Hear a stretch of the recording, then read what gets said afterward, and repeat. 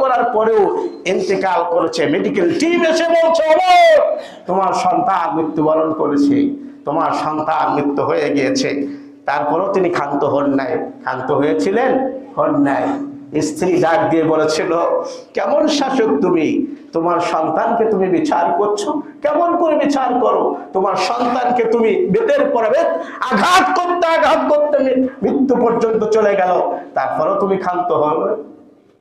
ওমর সেদিনকে ডাক দিয়ে বলেছিল, ওমা আল্লাহ ইয়াহকুম বিমা আনজালাল্লাহ ফাউলাইকা হুমুল কাফিরুন ফাউলাইকা হুমুল ফাসিকুন ফাউলাইকা হুমুজ জালিমুন।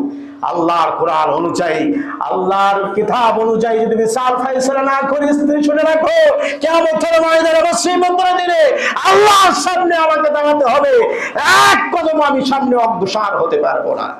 কিন্তু শুনে নাও, আজকের ন্যায় ইনসাফের সহিত বিচার করার জন্য আমি দেখতে পাচ্ছি